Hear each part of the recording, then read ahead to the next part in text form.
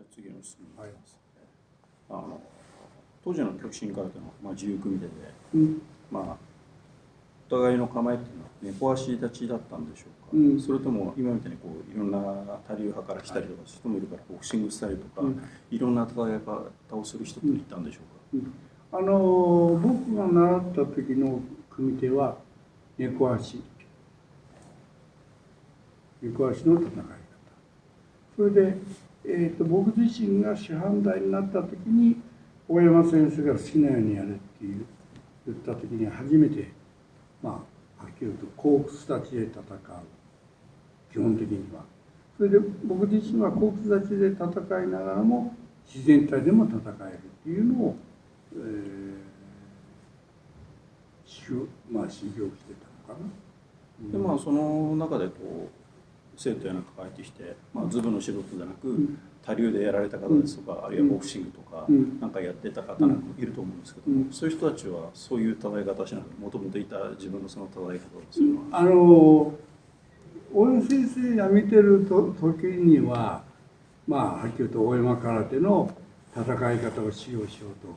してるのが分かるけども、非常にぎこちがない。だけど大山先生がいない状況で、また仮に私自身が席を外している時のような時に組手やってる時には、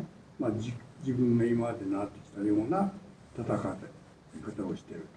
と。しかしそういうのを見た時には当時正直言って野蛮だから、私が自由組手を指導する時にははっきり言って伸ばしちゃう。簡単な言葉で言えば伸ばしちゃう。要するに大山空手流に、しない生徒っていうのは生徒じゃないというふうな大山先生の考え方であったし、それを私は伝えられたから間違いなく伸ばした。これはちょっと海外の人なんですけれども、春山一郎に関してなんですが、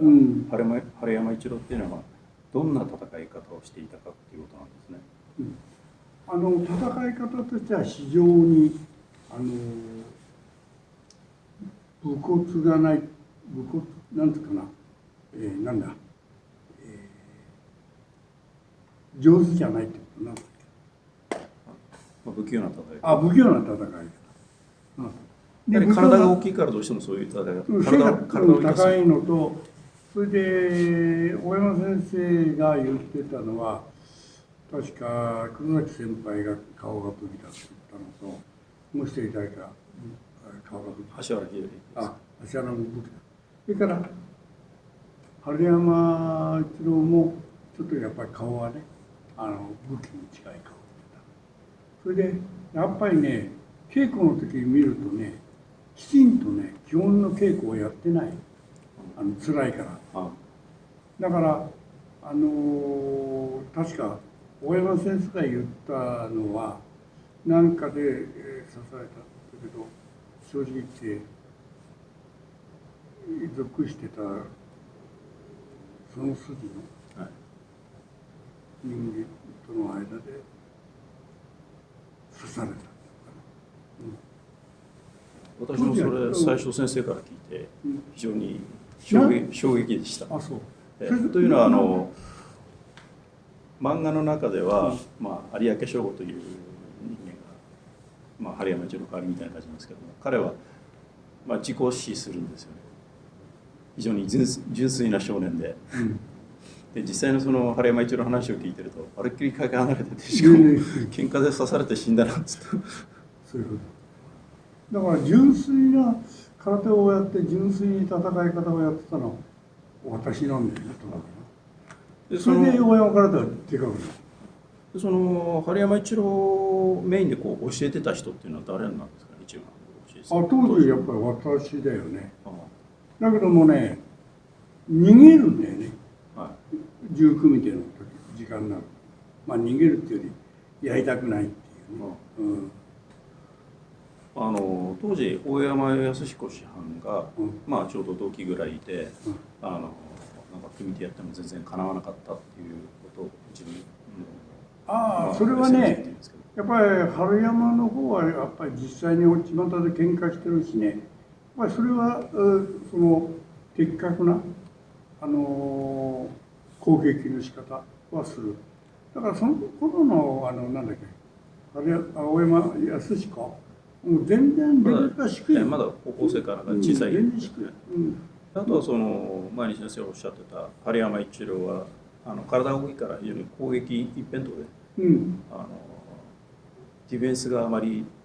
やらない、体で攻撃を受けて受け返すようなそうだね。だから実際に空手の技っていうのを理解してなくて、ある意味では自分の体格と風貌で相手を恐怖に持っていこうっていうのが多いね。本当は空手っていうのはそういうの関係なく、やっぱり技を純粋に身につけて、その技で戦うことが一番強いのに、やっぱりそこをやっぱり理解もできないし、苦しくて嫌だっていうのがあるんですね。どうしてもね。辛いですよ。技を身につけるにはものすごい辛い。はっきり言うと、稽古でね、月100本200本やったってそんな簡単にあるいは受けをやったってね、覚えられるのじゃない。一番覚えるっていうのはやっぱり重組手な。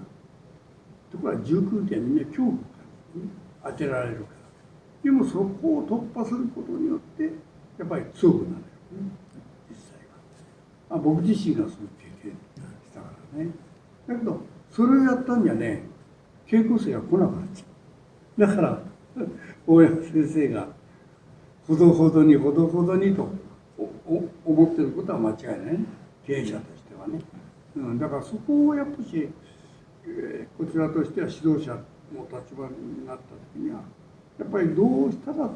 当てないで強くなれるかっていうことをやっぱし教えなきゃいけない。それはやっぱりね、ある意味ではね、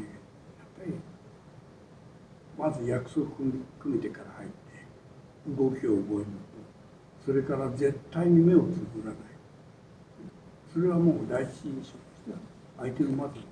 目は見られないんだろうけど、顔を見ろ。顔を見てるうちに必ず目を見る。なぜかというと、目はね、相手の目は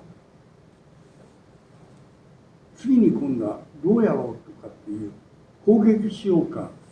それとも後ろの方へ下がろうか、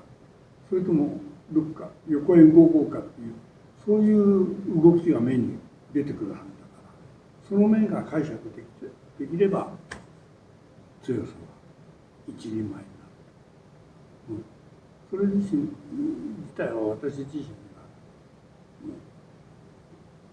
安田先輩や石橋先輩なんかから、あるいは